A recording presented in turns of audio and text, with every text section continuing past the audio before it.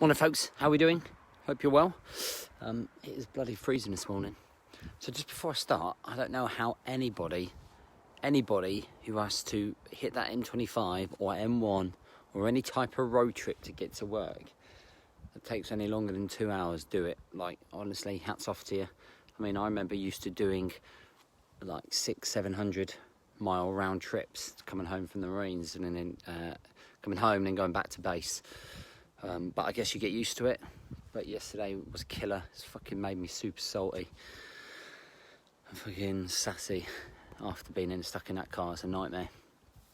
Anyway, today's live feed. So this is the very last part of you putting together a 12-week plan to get yourself in great shape for Christmas. Now, I know a large majority of you will fucking ignore this, but it's still good for you to listen to anyway.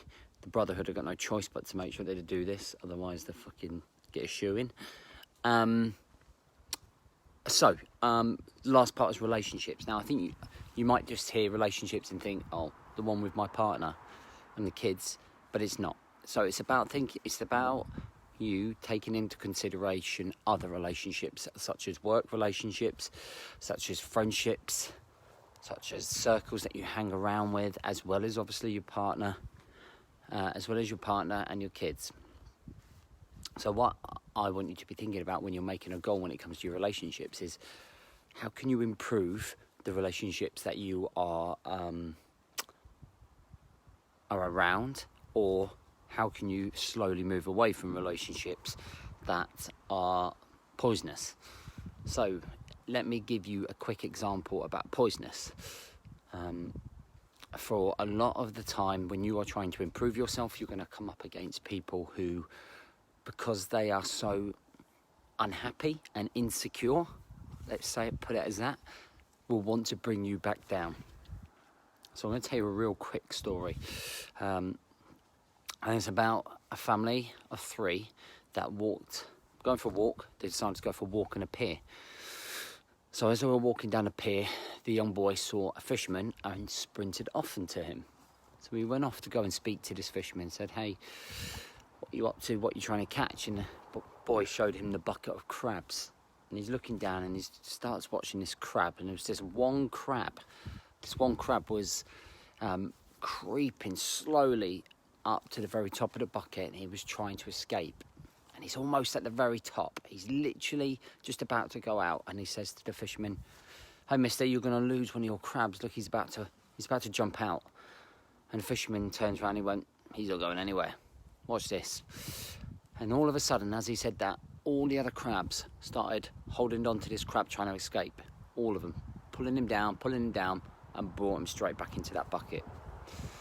Think about what, for those that are on the journey and trying to improve their journey, about what you're trying to do.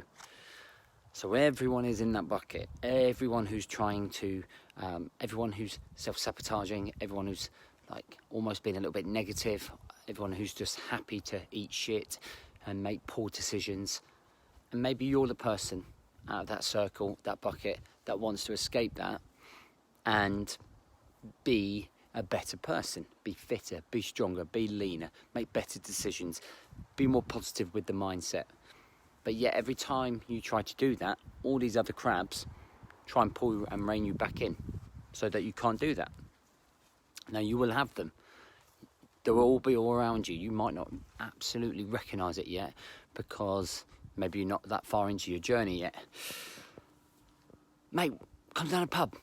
Come down a pub, mate. Come on. What are you doing that for? You don't need to be doing that exercise. You know, ever heard that before? Or like, trying to, when you say to somebody, I'm going to run a half marathon. What are you doing, mate? What? Are you serious? Like that. There's no way you can do that. Little nippy, gripey things that people say to you. You know, there are a lot of negative fuckwits out there. There's a lot of people that want to bring you back down. There's a lot of people that don't want you to see you succeed. Because when you succeed, it makes them feel like even more shit than they already do about their lives. Because they're not prepared to put the work in, whereas you are. All right? So what you'll end up finding is that you need to separate yourself. And you could have been friends with these people for a long time. Could have been friends with these people a long time. Could have had great memories. But evolution happens. Things change. Time changes people. Here. Fucking dogs, honestly. I've lost them. Things change. We evolve. We think different. We act different. You know, how many marriages sort of end up in divorce because somebody's gone a different way, because somebody thinks differently, and we do. It's just the way that we work as humans. You know, you adapt new habits, you adapt new environments, and you change in the way that you think, and the way that you see the world with your eyes changes too. So don't be afraid to lose like the negative baggage. You know, if you feel that there's negativity around your journey, fucking ditch. I don't just mean turn around, but slowly edge your way out of a situation and those relationships that are bringing you down.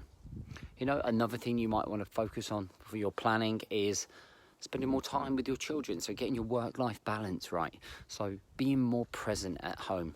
So instead of being here on your phone, tap, tap, tap, tap, tap, fucking wondering what the dad's coach is doing, looking at putting the phone away.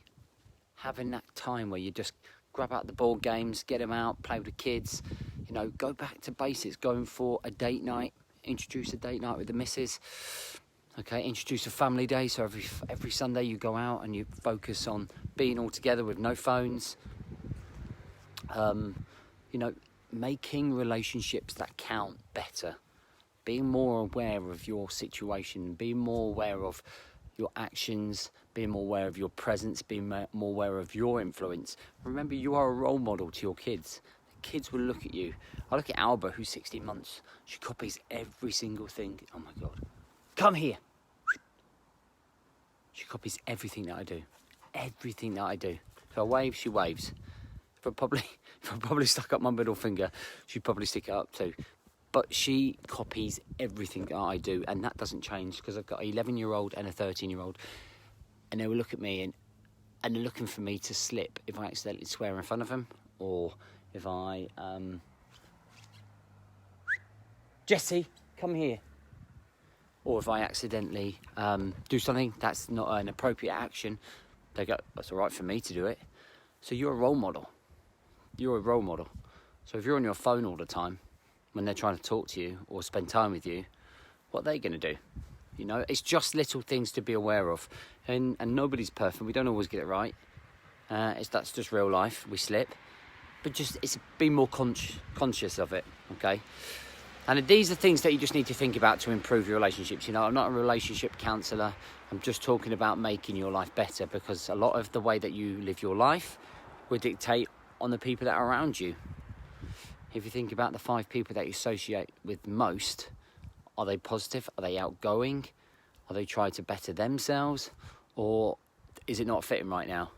You know, I know people who I work with who are trying to improve themselves, but everybody that they hang around with still wants to have a drink. So they still want to party. You know, it's that self-sabotage, bang, bang, bang. And that person that I train with is the crab trying to get out of that bucket. Doesn't want that anymore. And it's really difficult. And it's really difficult for relationships as well. I mean, a lot of guys usually go through struggles with their relationships, as in wife relationship in their 40s, because, do you know what? They're not the best version of themselves. And who do we take things out on? Who do we take things out on when it's not great? We take things out on the people that are closest to us, and we forget why we fell in love with those people. We forget why they're important to us. We forget what they've done for us. And, you know, I'd probably say I'm guilty of that at some point as well. You know, with my 100% guilty of that when I was married last. You know, just selfish. I was just a selfish twat, and I forgot everything like that. So, and I think that's important for you not to. Just have that self-awareness. And by planning, leading up to Christmas, you can make that one goal, that primary goal that's important to you, to make the relationships better. So a primary goal might be to make sure you're more present in the evenings, in the days, for the people that matter. And a secondary one might be I'm going to lose a couple of people here who are dragging me down. A couple of those crabs that are pulling me right back down, and I want to be going up, and I want to be getting out of this bucket. Listen, I hope that helps. I hope that gives you some value. I'm in no way a relationship counsellor, but I know that relationship is one quarter of our sort of life model, if you like, of the four quarter model that I sort of talk about in my book. And when we have better relationships, we have a better state of mind. If we have a better state of mind, we can then focus more on our weight and losing that gut and being in better shape. It's about being in control of all aspects of our life, okay? And I find that people get much better fitness results once their state of mind and once their control in life is much better.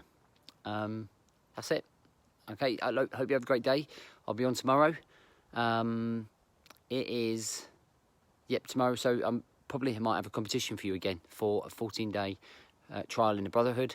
So catch me tomorrow. Hope you have a great day. I'll catch you soon.